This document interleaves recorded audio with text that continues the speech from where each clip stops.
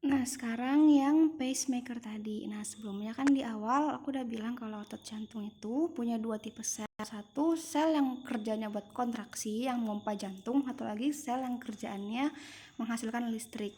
Jadi kan jantung punya sumber listriknya sendiri kan ya. Jadi sebetulnya ini nice to know aja sih. Kalau misal apa sih tubuh manusia dibelek terus jantungnya dikeluarin, dilepas, dipisah dari syaraf-syarafnya, itu selama dalam rentang waktu tertentu tuh jantung masih bisa kontraksi sendiri secara otomatis gitu, padahal dia nggak ada syaraf yang nyambung-nyambung ke dia, soalnya dia punya sumber listrik sendiri. Nah, sumber listriknya itu dari pacemaker tadi, dari pacemaker. uh, Jenis-jenis pacemaker tuh ada dua. Ada dari SA, nodus SA letaknya di sini. Ada juga nodus AV letaknya di sini. Tapi yang utamanya itu dari nodus SA, baru nodus AV.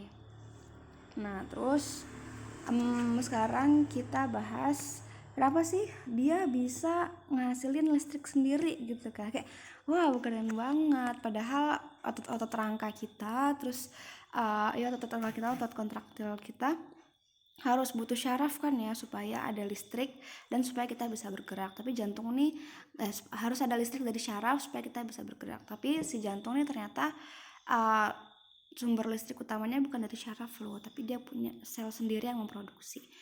Nah, kenapa dia bisa ngeluarin listrik sendiri? Karena si sel otot jantung ini di sini, sel nodus SA ini, dia itu potensial membrannya tidak mantap. Tidak mantap. Nah, kalau di Silverton tuh bilangnya tidak mantap, rada kocak. Tapi ya, kenapa tidak mantap? Coba deh, kemarin kita kan belajar yang miokardium dia fase istirahatnya itu di min 90 kan ya nih.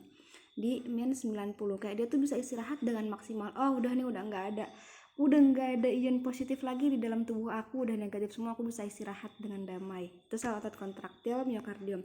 Nah, sel otot rangka kita kayak di kaki, tangan, dia juga istirahatnya di min 70. Min 70 itu juga cenderung fase yang stabil gitu buat istirahat, kayak relax istirahat gitu, nggak ada ion positif yang masuk.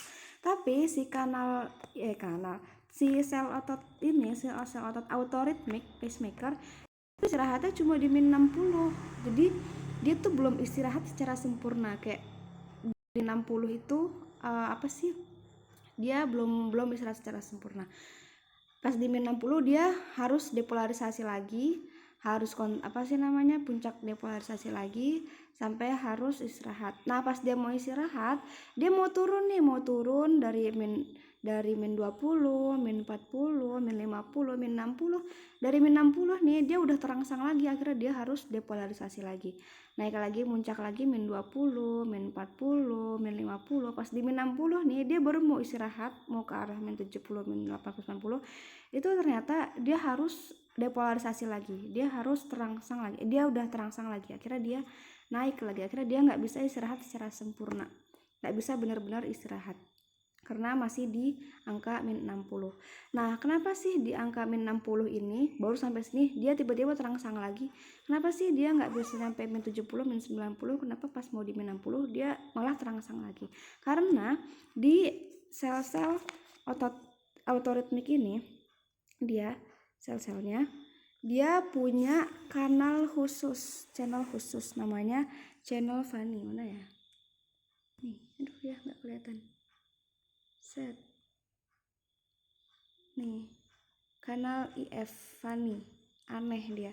Nah, si kanal Vanni ini dia setahu gue ya, kalau nggak salah tuh cuma ada di otot jantung pacemaker doang, di otot-otot lainnya nggak ada. Dia punya namanya IF channel. IF channel kenapa? Karena kan dia lambangnya I sama F. I itu kalau di fisika itu kan arus listrik kan ya, arus listrik. Kalau F Vanni, kenapa dia dinamain IF? Karena sel ini bisa menghasilkan arus listrik, makanya simbolnya I. Terus Vanni karena dia aneh. Kenapa aneh? Karena dia tuh otomatis kebuka, kanalnya ini tiba-tiba kebuka saat si otot jantung berada di min 60 tadi. Yang aku bilang dia baru mau istirahat, baru sampai min 60, tapi pas di min 60 ada ini nih, ada hal aneh, ada si orang aneh malah kebuka, ada si kanal aneh malah kebuka. Nah, kanal IF ini dia kan kebuka nih pas di min 60. Pas dia kebuka, dia masukin natrium.